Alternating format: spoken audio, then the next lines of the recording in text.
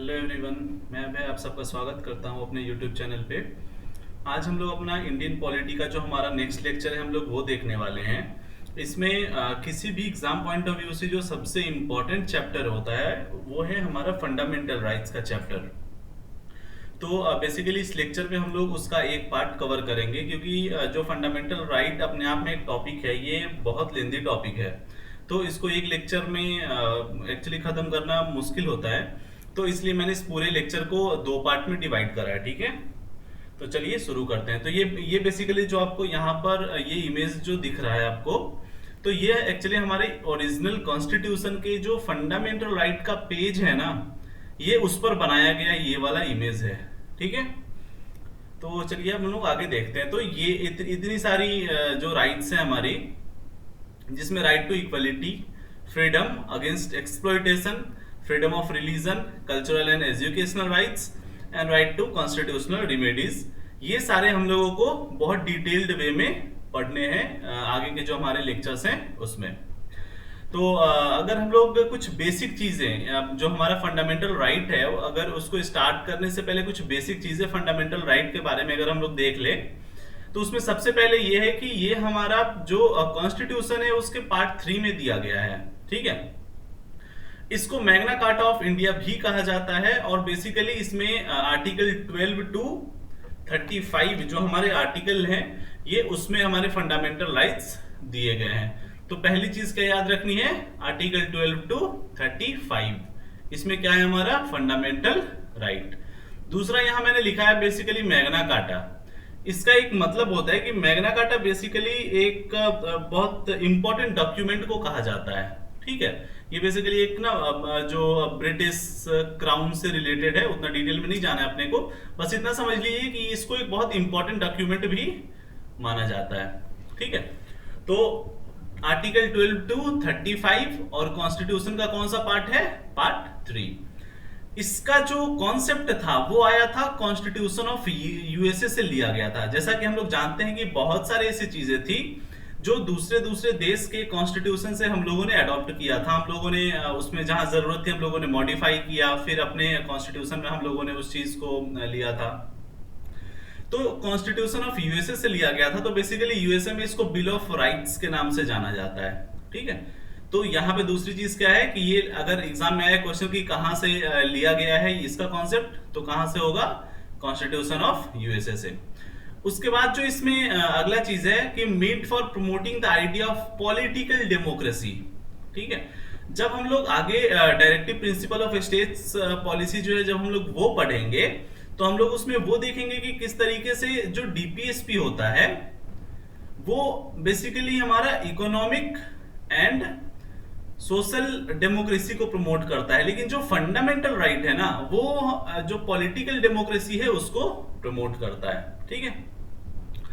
Next है कि it aims at establishing a government of laws and not of men. Basically यहाँ पे not of main कहने का मतलब डिक्टेटरशिप से है, ठीक है, कि कोई यहाँ पे ऐसा अकेला शासक नहीं बन सकता है, ठीक है।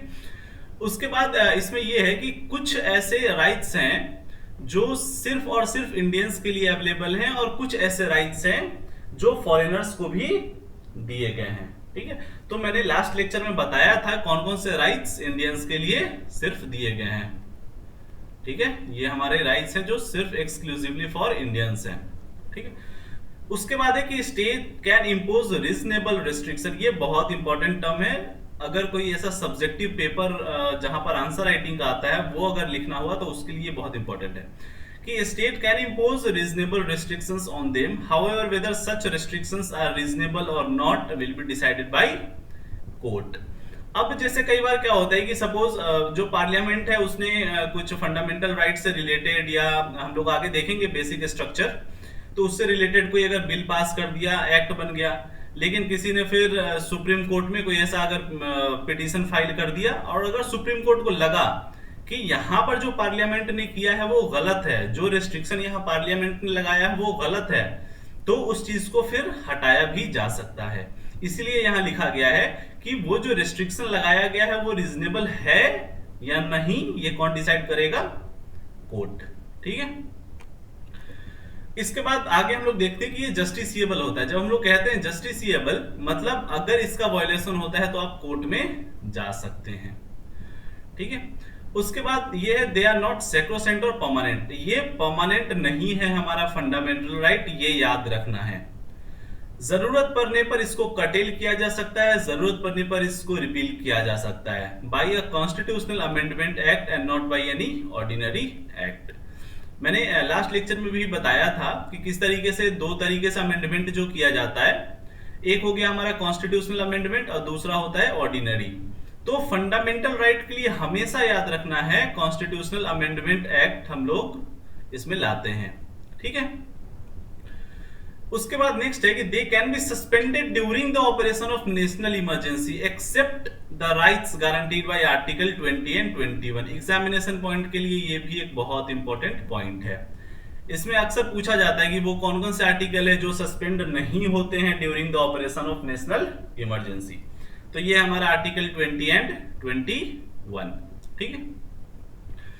उसके बाद है कि their application to the members of armed forces paramilitary, और इन सब पर ये बेसिकली रिस्ट्रिक्टेड है बहुत ज्यादा। ये जो हमारा फंडामेंटल राइट है ना, इसके काफी सारे प्रोविजंस इन पर एप्लीकेबल नहीं होते हैं, ठीक है। बेसिकली इसका रीजन ये होता है कि एक डिसिप्लिन मेंटेन रहे, क्योंकि वैसे भी जो मिलिट्री है, जो आर्म्ड फोर्सेस है, उसमें एक डिसिप्लिन की बहुत जरूरत होती है, ठीक है। तो एक डिसिप्लिन मेंटेन करने के लिए ये प्रोविजन लाया गया है आर्टिकल 33, जिसमें कहा गया है कि जो आर्म्ड फोर्सेस के लोग हैं, या जो पैरामिलिट्री फोर्सेस हैं, या पुलिस फोर्सेस हैं, या फिर इंटेलिजेंस एजेंसी के लोग हैं, तो इन पर रिस्ट्रिक्शन लगाया जा सकता है, और या फिर अगर पार्लियामेंट चाहे तो एब्रोगेट भी कर सकती है इनको दिए गए फंडामेंटल राइट को, ठीक है। उसके बाद है 6 राइट्स गारंटीड बाय आर्टिकल 19। ये हम लोग आगे देखेंगे कौन कौन से 6 राइट्स हैं। तो इसमें है कि it can be suspended only when emergency is declared on the ground of war और एक्सटर्नल एग्रेशन। तो बेसिकली ये जो टॉपिक है ना, ये जब हम लोग इमरजेंसी चैप्टर जब पढ़ेंगे ना, तो उसमें हम लोग इसको अच्छे से डील करेंगे। ये इस जगह के लिए बहुत ज्यादा इंपॉर्टेंट नहीं है, ठीक है। बस इतना याद रखना है कि जो आर्टिकल 19 है उसका वो भी सस्पेंड हो सकता है, लेकिन जब इमरजेंसी कब किस किस कंडीशन में हो, on the ground of war और on the ground of external aggression. ये हम लोग ना आगे पढ़ेंगे क्या होता है एक्सटर्नल अग्रेशन, क्या होता है इंटरनल इमरजेंसी, ये सब हम लोग इमरजेंसी चैप्टर में पढ़ने वाले हैं, ठीक है। उसके बाद आगे देखें तो अब यहां से मेन हमारा स्टार्ट होता है। तो जो राइट टू इक्वलिटी है वो है 14 to 18, जो फ्रीडम है वो है 19 to 22। उसके बाद जो राइट अगेंस्ट एक्सप्लॉयटेशन है वो है 23 एंड 24। जो हमारा right to freedom of religion है वो 25 to 28, and then the cultural and educational right 29 and 30। यहां पर ये एक ध्यान रखना है कि जो राइट टू प्रॉपर्टी था आर्टिकल 31, उसको हटा करके अब लीगल राइट बना दिया गया है। अक्सर लोग इस चीज में कंफ्यूज कर जाते हैं कि जो राइट टू प्रॉपर्टी है उसको कॉन्स्टिट्यूशन से डिलीट ही कर दिया गया है, तो ऐसा नहीं है। एक्चुअली इसको एक लीगल राइट बना दिया गया है, कहां पर, आर्टिकल 300A में, ठीक है। और उसके बाद है right to constitutional remedies article 32। तो इसलिए अब हमारे पास ये सिर्फ 6 राइट्स बच गए, 1 2 3 4 5 और 6। ये फंडामेंटल राइट में नहीं आता है, ठीक है। अब हम लोग जब अभी मैंने यहां पर एक चीज बताई कि 14 to 18 है, ठीक है, लेकिन 14 to 18 में कुछ चीजें ऐसी हैं जिसको समझने के लिए आर्टिकल 12 एंड आर्टिकल 13 की जरूरत पड़ती है हमें, ठीक है। जब हम लोग स्टेटमेंट देखेंगे जो डिफरेंट फंडामेंटल राइट्स हैं उसमें 2 टर्म अक्सर यूज होता है, एक है स्टेट, दूसरा है लॉ। तो जो स्टेट का डेफिनेशन है वो आर्टिकल 12 में दिया गया है। इसमें यह कहा गया है कि the state includes the following. जो गवर्नमेंट है एंड जो पार्लियामेंट है वो भी स्टेट के कैटेगरी में है, जो स्टेट लेजिस्लेचर है, जो स्टेट गवर्नमेंट है वो भी पार्लियामेंट के जो स्टेट का डेफिनेशन है उसमें आता है। ऑल लोकल अथॉरिटीज, इनको भी स्टेट कहा जाता है, ये याद रखना है, ठीक है। स्टेट का मतलब यहां ये मत समझना कि राज्य की बात हो रही है, ऐसा नहीं है, ठीक है। उसके अलावे जो नॉन स्टैट्यूटरी अथॉरिटीज है, इवन एलआईसी है, ओएनजीसी है, सेल है, इन ये सब भी अपने आप में स्टेट के डिफिनीशन में आते हैं। ठीक है, इस चीज को नहीं भूलना है अपने को। तो ये सारे ये दिया हुआ कहां पर है, आर्टिकल 12 में। और इसके बाद कहा गया है कि it is the action of these agencies that can be challenged in the courts as violating the fundamental rights.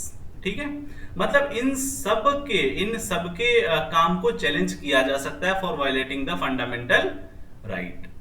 उसके बाद आर्टिकल 13 में हमारा डिफाइन किया गया है जो लॉ है उसको। अब हम लोग आगे देखेंगे, बहुत जगह अक्सर ये वर्ड आएगा लॉ।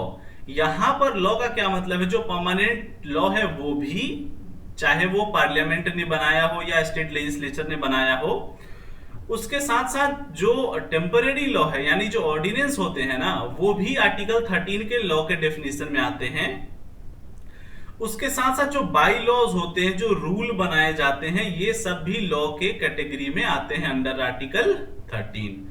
उसके साथ साथ ये जो कस्टम्स होते हैं ना, जो कुछ जो कस्टम होते हैं, तो उनको भी लॉ के कैटेगरी में लिया जाता है। ठीक है, तो ये बेसिकली डिफिनीशन किसके अकॉर्डिंग है, आर्टिकल 13 के अकॉर्डिंग। ठीक है, उसके बाद हम लोग आते हैं आर्टिकल 14 टू 18 के ऊपर, जो है हमारा राइट टू इक्वलिटी। तो आर्टिकल 14 एक्चुअली बहुत आसान है। इसमें दो चीजें हैं कि जो कॉन्स्टिट्यूशन है वो लोगों को दो तरीके का इक्वलिटी प्रोवाइड करने की बात करती है, equality before law and equal protection of law. ठीक है, तो अभी हम लोगों को ना ये थोड़ा सा डिटेल में देखना है। जब हम लोग कहते हैं इक्वलिटी बिफोर लॉ, तो बेसिकली इसको ध्यान से समझना है। ये जो कॉन्सेप्ट है ना, जो इक्वलिटी बिफोर लॉ का, ये इंग्लैंड में ओरिजिनेट हुआ था ये कॉन्सेप्ट। ये इसको एक निगेटिवली कोनोटेड टर्म माना जाता है। क्यों? क्योंकि ये कहता है ना कि no individual is special in the eyes of law. कानून के आंखों में हर कोई बराबर है और कोई भी स्पेशल नहीं है। ठीक है, तो ये बस स्टेटमेंट याद रखना है कि आप यहां लिख सकते हैं कि no individual is special in the eyes of law, means हर कोई irrespective of their rank, their position, they all are equal before law, means they shall be treated equally by the law. ये है हमारा equality before law का concept. ठीक है, उसके बाद जो हमारा नेक्स्ट है इसमें इक्वल प्रोटेक्शन ऑफ लॉ, ये बेसिकली यूएस का कॉन्सेप्ट है। ठीक है, इसमें ये कहता है कि equal treatment in equal circumstance, equal treatment in equal circumstance. ठीक है, इसका क्या मतलब है कि ये नहीं कि आप हर जगह एक ही लॉ अप्लाई कर दोगे। आपको लॉ अप्लाई करने से पहले वहां की जो हालात हैं वो देखने पड़ेंगे कि किस कंडीशन में ये कोई जो पर्टिकुलर एक्ट है वो किया गया था। ठीक है, और बेसिकली ये जो इक्वल प्रोटेक्शन ऑफ लॉ है ना, यहां पे बस ये याद रखना है कि ये एक तरीके का डिस्क्रिमिनेशन, जो पॉजिटिव डिस्क्रिमिनेशन हम लोग कहते हैं, ये पॉजिटिव डिस्क्रिमिनेशन करता है इन फेवर ऑफ वीकर सेक्शन। ठीक है, तो ये दोनों समझ गए, equal protection of law and equality before law. ये पहली चीज है कि ये इंग्लैंड का है कॉन्सेप्ट और ये यूएसए का कॉन्सेप्ट है। ठीक है, इसको एक निगेटिवली कोनोटेड टर्म माना जाता है, इसको पॉजिटिवली कोनोटेड टर्म माना जाता है। ठीक है, उसके बाद जो हमारा है आर्टिकल, नेक्स्ट आर्टिकल है वो है आर्टिकल 15।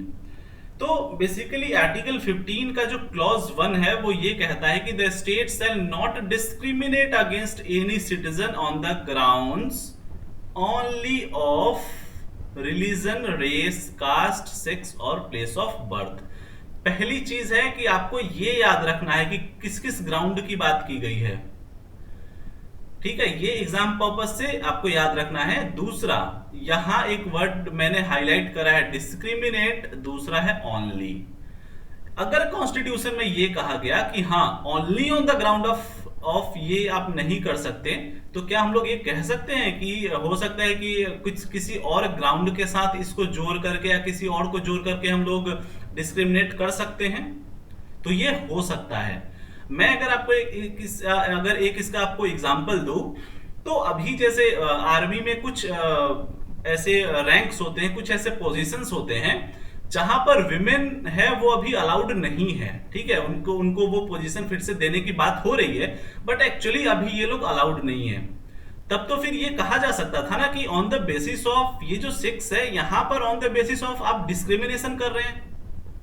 ये क्वेश्चन कोर्ट के सामने भी आया था, तो सुप्रीम कोर्ट ने ये जवाब दिया कि नहीं, यहां पर सिर्फ on the basis of sex हम लोग यहां पर डिस्क्रिमिनेशन ये जो सरकार है वो नहीं कर रही है, बल्कि इन्होंने कुछ और भी आर्ग्यूमेंट दिए थे कि हाँ, कुछ जो फिजिकल कंडीशंस के कुछ आर्ग्यूमेंट्स दिए गए थे कि इसके साथ साथ कुछ और कंडीशंस इसमें ऐड हैं जिसकी वजह से ये डिस्क्रिमिनेशन किया जा रहा है। ठीक है, तो यहां पे ओनली वर्ड का बहुत इंपॉर्टेंट, एक बहुत ज्यादा इंपॉर्टेंस है।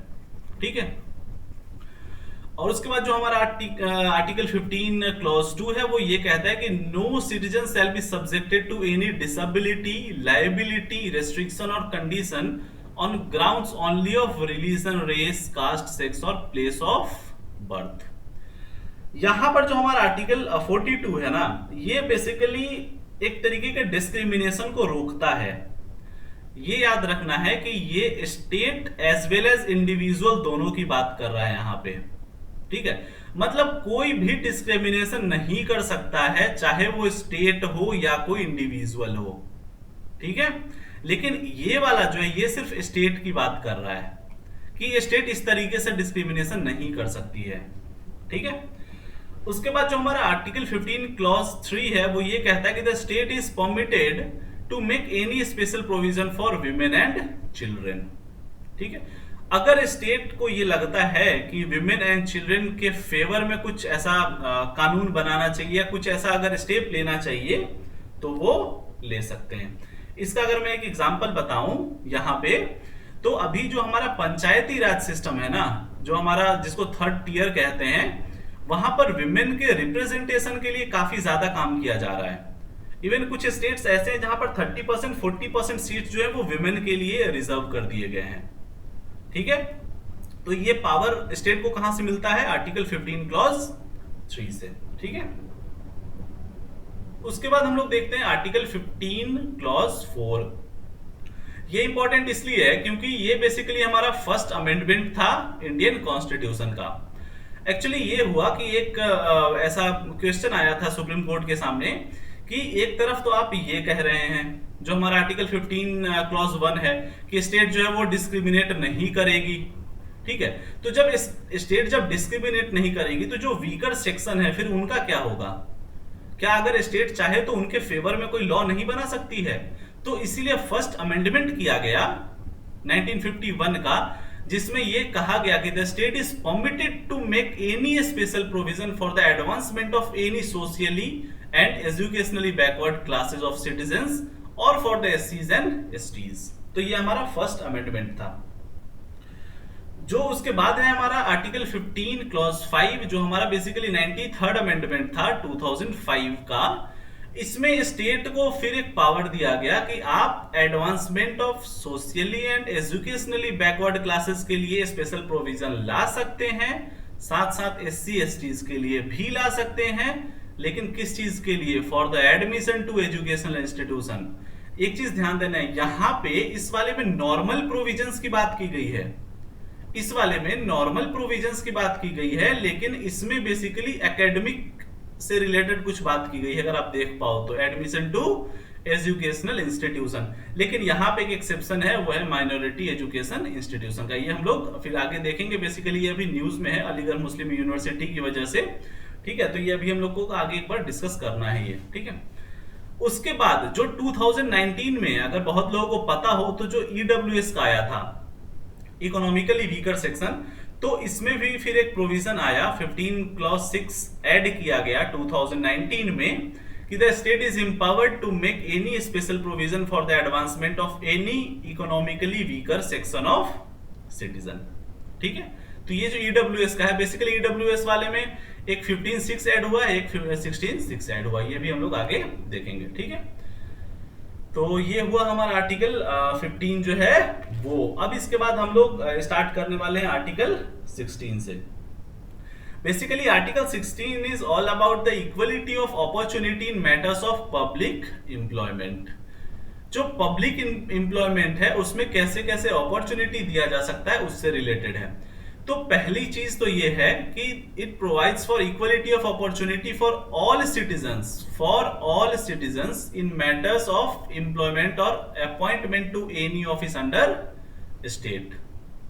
मतलब कहीं भी अगर अपॉइंटमेंट करना है तो गवर्नमेंट डिस्क्रिमिनेट नहीं कर सकती है, ये याद रखना है अपने को, ठीक है।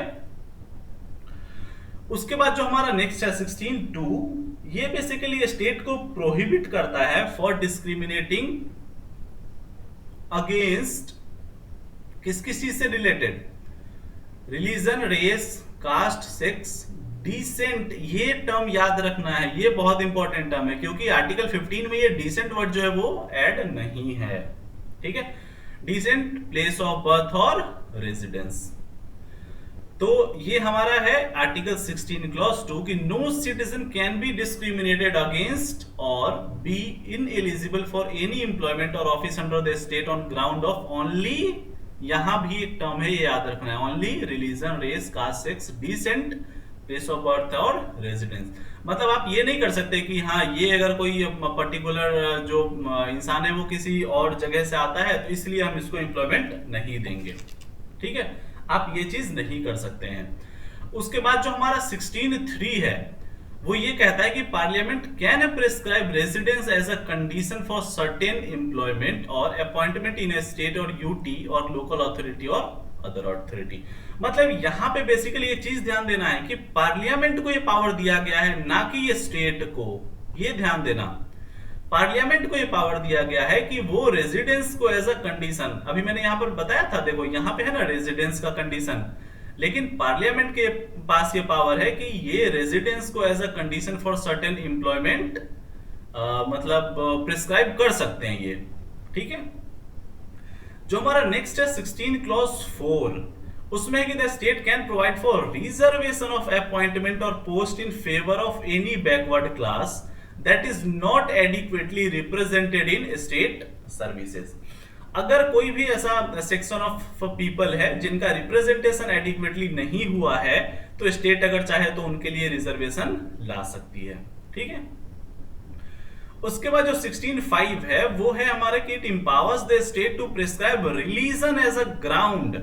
ध्यान देना ये बहुत इंपॉर्टेंट है, रिलीजन एज अ ग्राउंड और qualification for recruitment of candidates in certain categories of public employment। मतलब यहां पर स्टेट जो है, जो यहां पर स्टेट है उसको इंपावर किया गया कि आप रिलीजन को एज अ ग्राउंड मान सकते हैं अगर जरूरत पड़ी तो। इसको अगर हम एक एग्जांपल से अगर सपोज समझे, ठीक है, तो जो सपोज जो सिख कमेटी, एक गुरुद्वारा कमेटी जो होती है, ठीक है, तो उसमें बेसिकली किसको नियुक्त किया जाएगा? ऑब्वियसली जो सिख समाज के लोग हैं उन्हीं को। उसी तरीके से सपोज अगर वक्फ बोर्ड है तो यहां पर किसको लिया जाएगा? जो मुस्लिम समाज से लोग आते हैं उनको लिया जाएगा, ठीक है। तो ये मैंने बस ऐसे समझाने के लिए बताया। तो इसीलिए अगर स्टेट को ऐसा लगा तो वो रिलीजन को एज अ ग्राउंड मान सकती है, ठीक है। उसके बाद 16(6) ये हमारा यही 2019 का जो अमेंडमेंट था EWS का वही है कि nothing in this article shall prevent the state from making any provision for reservation of appointments और posts in favour of EWS, economically weaker section. और बेसिकली इसमें फिर बहुत सारी चीजें, बहुत सारे वो दिए गए हैं क्राइटेरिया कि कौन कौन कहला सकता है इसमें इकोनॉमिकली वीकर सेक्शन, कौन कौन नहीं कहला सकता है, तो ये सारी चीजें, ठीक है। जो आर्टिकल 17 है वो सबसे आसान है, that is all about the abolition of untouchability, ठीक है। तो बेसिकली यहां ना अनटचेबिलिटी को कहीं भी डिफाइन नहीं किया गया है, वो याद रखना है अपने को। अनटचेबिलिटी टर्म कॉन्स्टिट्यूशन में कहीं भी डिफाइंड नहीं है, ये सिर्फ बात करता है abolition of untouchability and forbids it's practice in any form, ठीक है। जो आर्टिकल 18 है हमारा, that is about the abolition of titles.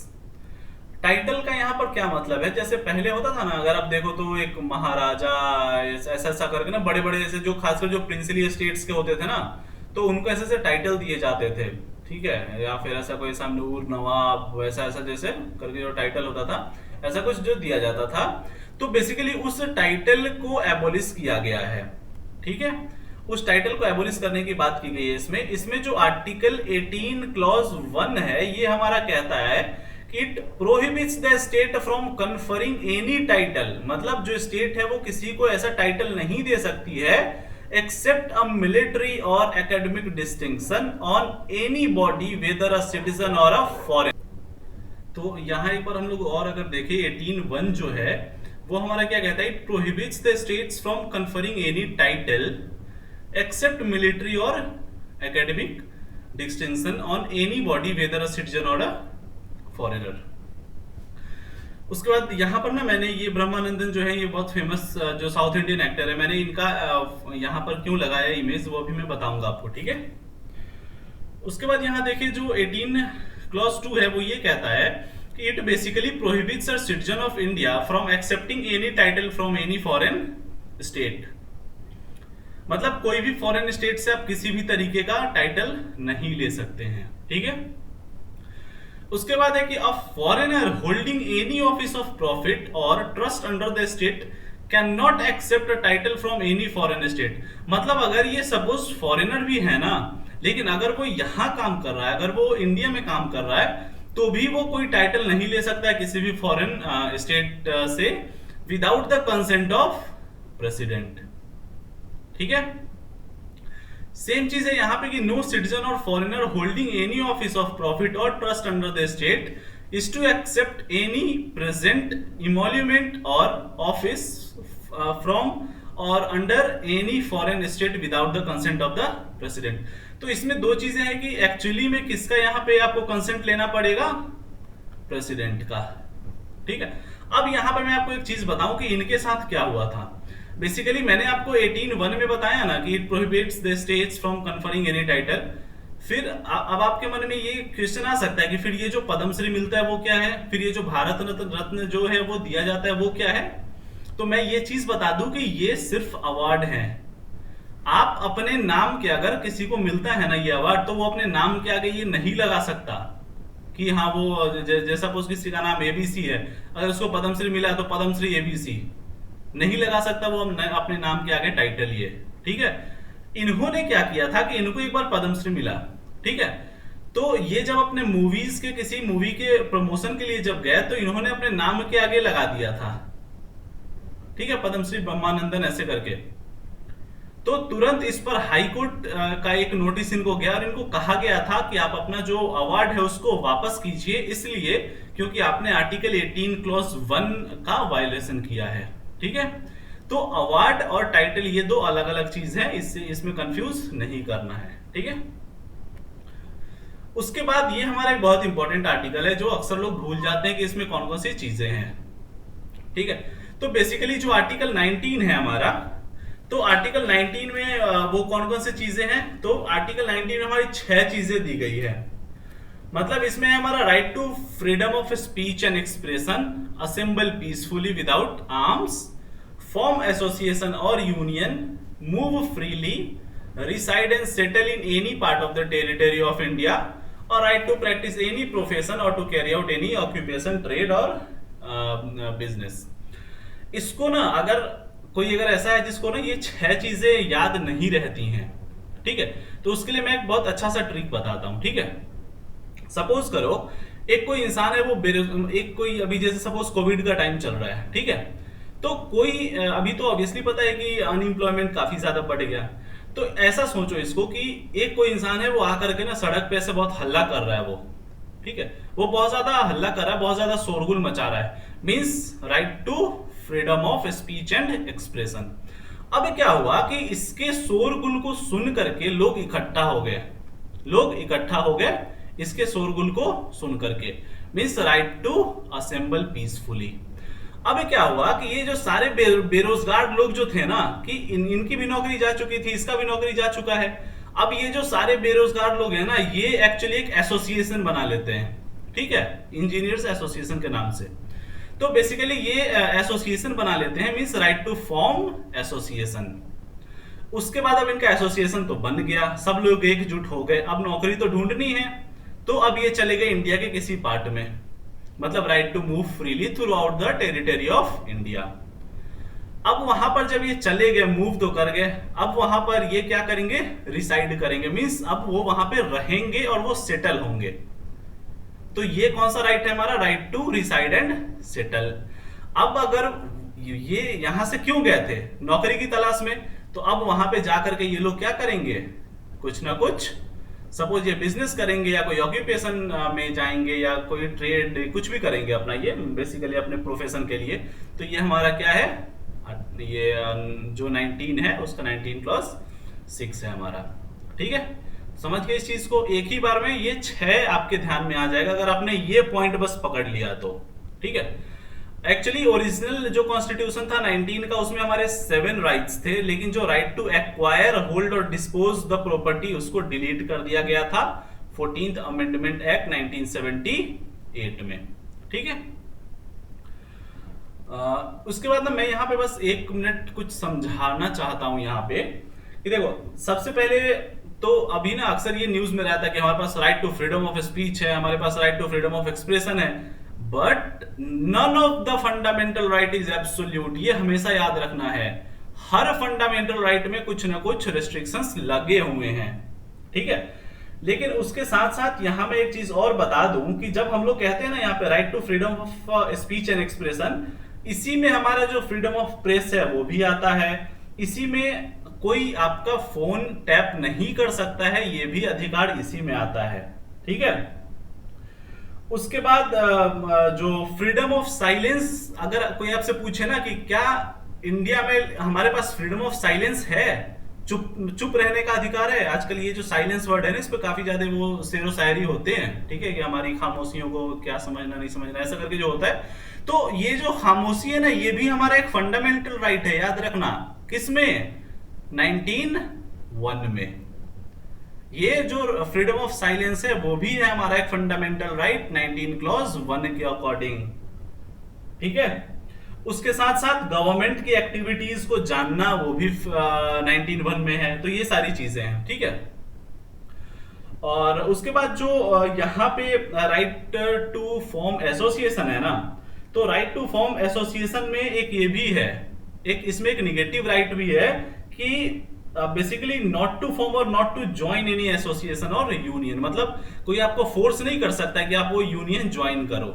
ठीक है, तो ये सब चीजें भी है। Similarly move freely throughout the territory of India का कतई मतलब नहीं है कि आप किसी ट्राइबल एरिया में चले जाओगे।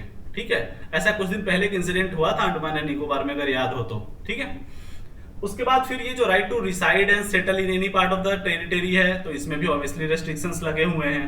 ठीक है, और यहाँ जो right to practice any profession, यहाँ ये एनी का मतलब ये मत समझ लेना कि यहाँ पे कोई इलीगल एक्टिविटीज भी इन्वॉल्व हैं। इलीगल एक्टिविटीज बिल्कुल भी इन्वॉल्व नहीं है यहाँ पर एनी प्रोफेशन में। ठीक है, तो ये चीज अपने को ध्यान रखना है। उसके बाद हम लोग देखते हैं कि हमारा नेक्स्ट क्या है। तो ये बेसिकली हमारा आर्टिकल 20 है, ये हमारा है नेक्स्ट आर्टिकल। तो इसमें हम लोग डिस्कस करते हैं कि बेसिकली 20 जो है ना, ये थोड़ा सा अलग है। अलग कैसे है, it grant protection against arbitrary and excessive punishment to an accused person whether citizen और फॉरेनर और legal person like a company और कॉर्पोरेशन। क्या होगा अगर आपको पुलिस अगर पकड़ के ले जा रही है तो, ठीक है, किस किस तरीके से कौन कौन सी चीजें हो सकती हैं आपके साथ, कौन कौन सी चीजें नहीं हो सकती है, वो सब आर्टिकल 20 में डिस्क्राइब्ड है। ठीक है, तो आर्टिकल 20 की जब हम लोग बात करते हैं तो इसमें जो 20 क्लॉज 1 है, ये बेसिकली कहता है no ex post facto law. जब हम लोग कहते हैं एक्स पोस्ट फैक्टो लॉ, तो basically an ex post facto law is one that imposes penalties retrospectively. समझ रहे हो, मतलब बैक डेट में आपके ऊपर पेनाल्टी नहीं लगाया जा सकता है। इसको अगर हम एक बार ना अच्छे से अगर समझें, तो अगर सपोज आपने या किसी एक शख्स ने ना आज क्राइम किया, सपोज आज किसी ने चोरी कर ली।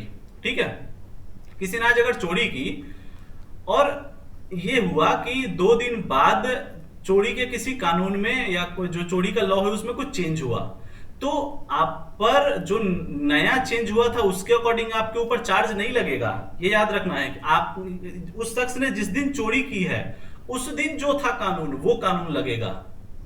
ठीक है। एक ऐसा ही इंसिडेंट जो निर्भया केस हुआ था दिल्ली में, उसी में हुआ था। वो जो एक उसमें एक जुवेनाइल था, उसको लेकर के यही हुआ था कि उस समय जो जुवेनाइल का एज था वो कुछ और था। लोगों ने डिमांड किया तो उस एज को रिड्यूस करने के लिए बिल पास हुआ था।